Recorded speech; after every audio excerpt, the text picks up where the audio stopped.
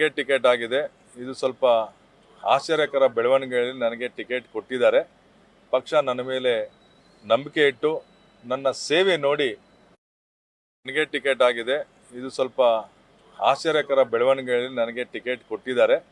ಪಕ್ಷ ನನ್ನ ಮೇಲೆ ನಂಬಿಕೆ ಇಟ್ಟು ನನ್ನ ಸೇವೆ ನೋಡಿ ಇಷ್ಟು ವರ್ಷ ನಾನು ಸೇವೆ ಮಾಡಿದ್ದೀನಿ ಪಕ್ಷಕ್ಕೆ, ಅದರಿಂದ ಒಳ್ಳೆ ಅವಕಾಶ ಕೊಟ್ಟಿದ್ದಾರೆ, ಒಳ್ಳೆ ಉನ್ನತವಾದ ಅವಕಾಶ ಕೊಟ್ಟಿದ್ದಾರೆ.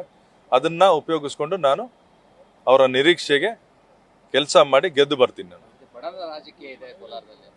ಹೌದು, ಬಣದ ರಾಜಕೀಯ ಇತ್ತು, ನಿನ್ನೆವರೆಗೂ ಇತ್ತು, ಇವತ್ತುವರೆಗೂ ಇಲ್ಲ. ಅದು ಮೊನ್ನೆವರೆಗೆ ಎಲ್ಲ ಇವರು ರಾಜೀನಾಮೆ ಪ್ರಸನ್ನ ಎಲ್ಲ ಅಲ್ಲಿಗೆ ಮುಗೀತು ಅನ್ಸುತ್ತೆ. ಈ ಎರಡೂ ಬಣಗಳನ್ನ ಕೂರಿಸಿ CM DCM ಅವರು ಸಂಧಾನ ಮಾಡಿದ್ದಾರೆ. ಈಗೇನಿಲ್ಲ, ನಾನು ನ್ಯೂಟ್ರಲ್ ಕ್ಯಾಂಡಿಡೇಟು, ನಾನು ನಾನ್ ಕಾಂಟ್ರವರ್ಷಿಯಲ್, ನಾನು ಯಾರ ಜೊತೆಗೂ ಜಗಳ ಮಾಡ್ಕೊಂಡಿಲ್ಲ, ನನ್ನ ಪಾಡಿಗೆ ನಾನು ಕೆಲಸ ಮಾಡ್ಕೊಳೋದವನು.